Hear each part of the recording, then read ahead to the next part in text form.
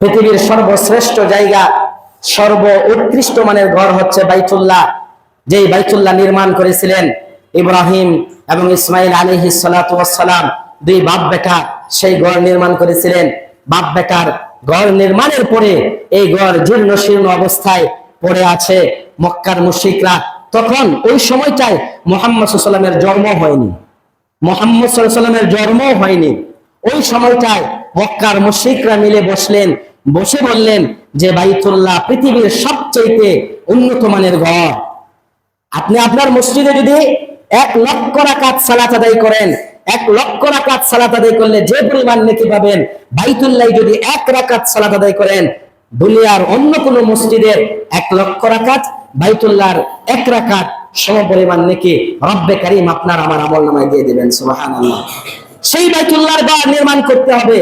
মক্কার মুশরিকরা মিটিং বসলেন, লিডার আবু জাহেলকে বললেন, লিডার আপনি বলেন কি করা যায়, বাইতুল্লাহর ঘর জীর্ণ শীর্ণ অবস্থায় পড়ে থাকতে দেওয়া যাবে না, এর পূর্ণ নির্মাণ করতে হবে।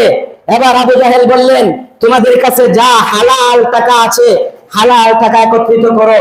মক্কার মুশরিক আবু জাহেল জানতেন যে হালাল টাকায় বাইতুল্লাহর ঘর নির্মাণ করতে হবে। আজকের কপাল পোড়া মুসলিম, আজকের কপাল পোড়া মুসলমান এটা বুঝে না, ভাই আল্লাহর ঘর নির্মাণ করতে এরা হালাল হারাম সব মিশ্রিত করে ফেলে, হালাল হারাম সব মিশ্রিত করে ফেলে। এবার আপনি বলবেন তাহলে কি আল্লাহর ঘর নির্মাণ হবে না? হবে কি হবে না? আপনি মক্কার মুশরিকদের কাছ থেকে আপনি দলিল নেন, মক্কার মুশরিকদের কাছ থেকে দলিল নেন। আবু জাহেল দলিল দিয়ে গেছে। আবু জাহেলের দলিলটা, আবু জাহেলের বক্তব্যটা আল্লাহ রাব্বুল আলামিন পছন্দ করে কোরআনের মধ্যে কুট করে দিয়েছেন। আবু জাহেল কি বললেন?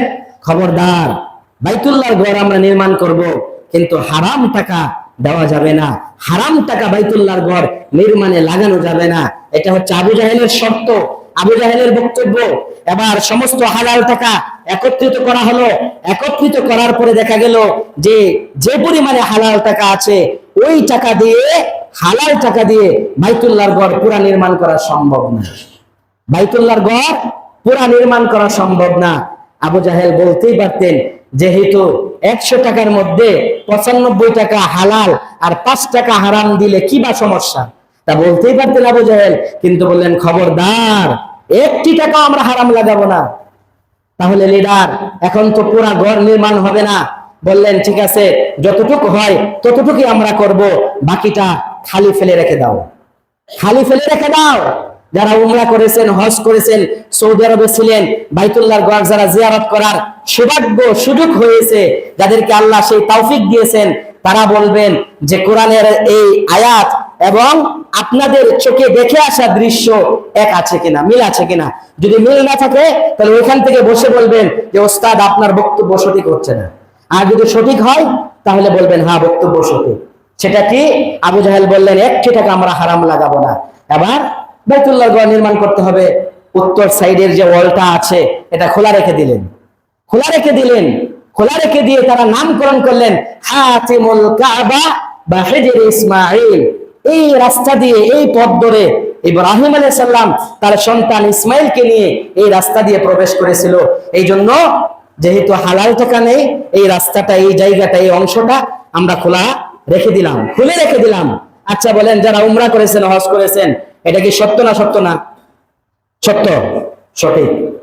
দেখে রাখছেন, সঠিক। তাহলে বক্তব্য আবু জাহেলের কাছ থেকে নেন। যদিও আবু জাহেল কালিমা পড়ে নাই, ঈমান আনে নাই, কিন্তু আল্লাহর প্রতি তার অগাধ বিশ্বাসটা ছিল, সেটা জানতো, বুঝতো, জেনে বুঝে এই বক্তব্যটা সে দিয়েছিল, জেনে বুঝে সজ্ঞানে সে বক্তব্যটা দিয়েছিল। আর আজকের পৃথিবী কিভাবে উল্টে গেল, আজকের পৃথিবী কিভাবে উল্টে গেল। সম্মানিত উপস্থিতি, যাই হোক, আল্লাহ রাব্বুল আলামিন আমাদেরকে এই কথাগুলো যে শুনলাম, কোরআন এবং হাদিসের অকাট্য দলিল দিয়ে শুনলাম, এগুলোর উপর যেন আমরা আমল করতে পারি, আল্লাহ রাব্বুল আলামিন আমাদের সবাইকে সেই তৌফিক দান করুন। আমিন।